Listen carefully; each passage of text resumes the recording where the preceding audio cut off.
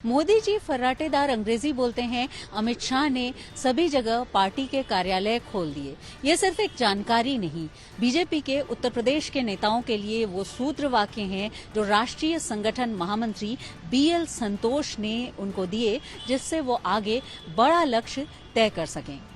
नमस्कार, यूपी तक में आपका स्वागत है। मैं हूं शिल्पी सेन।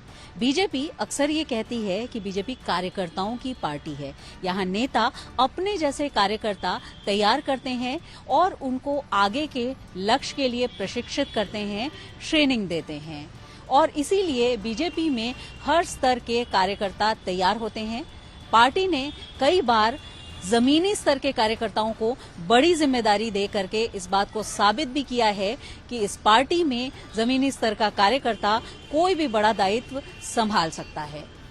उत्तर प्रदेश में 2 दिन के प्रवास पर आए राष्ट्रीय संगठन महामंत्री बीएल संतोष ने कुछ ऐसी बातें कही, कुछ ऐसे सवाल किए और कुछ ऐसे उदाहरण रखे बीजेपी के नेताओं के सामने, जो ये बताने के लिए काफी हैं कि बैठकों में सिर्फ आगामी कार्यक्रमों की रूपरेखा ही नहीं तय होती, सिर्फ सियासी जमीन पर मंथन ही नहीं होता, बल्कि पर्सनैलिटी डेवलपमेंट भी होता है।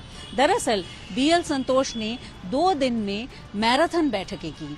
7 बैठकों में बीएल संतोष ने अपना मार्गदर्शन किया, उसमें मंत्र दिया। लेकिन सबसे बड़ी बात यह है कि निकाय चुनाव से लेकर के लोकसभा चुनाव तक जिस तरह से खाका खींचा गया, जिस तरह से बूथ और मंडल को सशक्त बनाने से लेकर के प्रदेश को दिशा देने के लिए, प्रदेश में पार्टी को दिशा देने के लिए उन्होंने मंथन किया, जिस तरह से संगठन और सरकार में तालमेल की बात की, उसको देखते हुए ये कहा जा सकता है कि पार्टी का एक एक पदाधिकारी उसमें अपनी भूमिका निभाए तो पार्टी के लिए आगे की राह आसान हो जाएगी। लेकिन इसमें सबसे बड़ा उदाहरण अगर कोई हो सकता था तो पार्टी के 2 शीर्ष चेहरों का, शीर्ष नेताओं का ही होने वाला था, और यही उदाहरण बीएल संतोष ने भी पार्टी नेताओं की बैठक में दिए।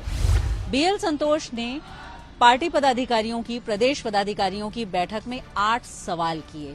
उन्होंने ये जानने की कोशिश की कि अपने कार्यकाल में जो नेता हैं अलग अलग, उन्होंने क्या बदलाव वो अपने में लेकर के आए, क्या बदलाव उनमें आया, साथ ही उन्होंने पार्टी के लिए क्या किया, उन्होंने कौन सा ऐसा सुझाव दिया है जो पार्टी के काम आया।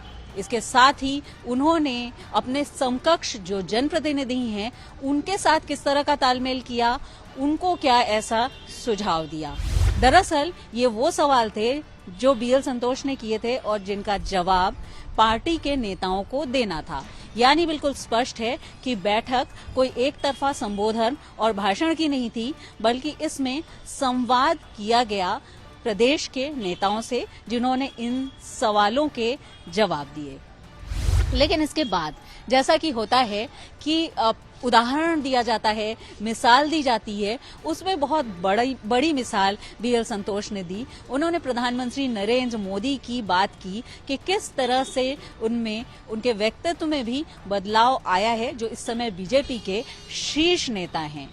उन्होंने इस बात को कहा कि 2014 से पहले नरेंद्र मोदी उतनी अच्छी अंग्रेजी नहीं बोल पाते थे, लेकिन अब प्रधानमंत्री नरेंद्र मोदी फर्राटेदार अंग्रेजी बोलते हैं। इसके साथ ही कार्यकाल में क्या उपलब्धि रही, क्या नई बात की, जब उन्होंने पूछा तो इसके जवाब में उन्होंने ये भी बताया कि अमित शाह ने अलग अलग जगह, बल्कि सभी जगह पार्टी के दफ्तर यानी कार्यालय खुलवा दिए। ये एक बड़ी उपलब्धि है, इसका जिक्र बीएल संतोष ने किया।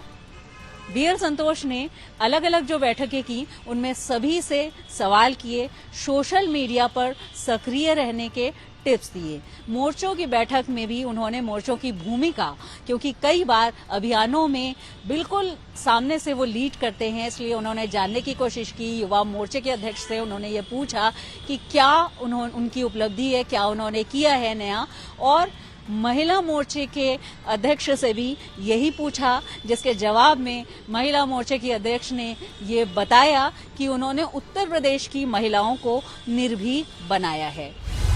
दरअसल ये पूरी बैठक और कवायद मिशन 2024 को लेकर के है, लेकिन मिशन 2024 की राह आसान हो इसके लिए टीम का मजबूत होना जरूरी है और उसी की शुरुआत बीएल संतोष ने कर दी है। जितना उन्होंने पार्टी की संगठन की जमीनी हकीकत को 2 दिन में अलग अलग बैठकों में समझा है, उतने ही ज्यादा उनको ये काम आएगा, ये होमवर्क काम आएगा और ये टिप्स उम्मीद की जाती है कि नेताओं के भी काम आएंगे, जो नरेंद्र मोदी और अमित शाह जैसे शीर्ष नेताओं के उदाहरण से, उनके मिसाल से आगे का रास्ता अपना तय कर सकेंगे। पार्टी के लिए जो दायित्व वो निभा रहे हैं उसको और भी ज्यादा मजबूती से वो निभा सकेंगे। वैसे तो प्रदेश अध्यक्ष भूपेंद्र चौधरी की नई टीम का गठन अभी होना है, लेकिन इसमें से कई चेहरे जो इस समय प्रदेश पदाधिकारी हैं उस टीम में भी होंगे और जो नहीं शामिल हो पाएंगे वो भी अलग अलग अभियानों या अलग अलग प्रकल्पों के लिए काम करेंगे, उनको भी दायित्व दिया जाएगा। ऐसे में हम कह सकते हैं कि टीम को सशक्त बनाने की कवायद बीएल संतोष ने कर दी है और कई बार इस तरह के होमवर्क का नतीजा फाइनल एग्जामिनेशन में इस तैयारी का नतीजा देखने को मिलता है, जब दूसरों से आगे रहने में लोग सफलता हासिल करते हैं। तो ये तैयारी साल की शुरुआत में ही बीएल संतोष ने की उत्तर प्रदेश में अपने प्रवास में। वीडियो जर्नलिस्ट रोहित मिश्रा के साथ शिल्पी सेन, लखनऊ।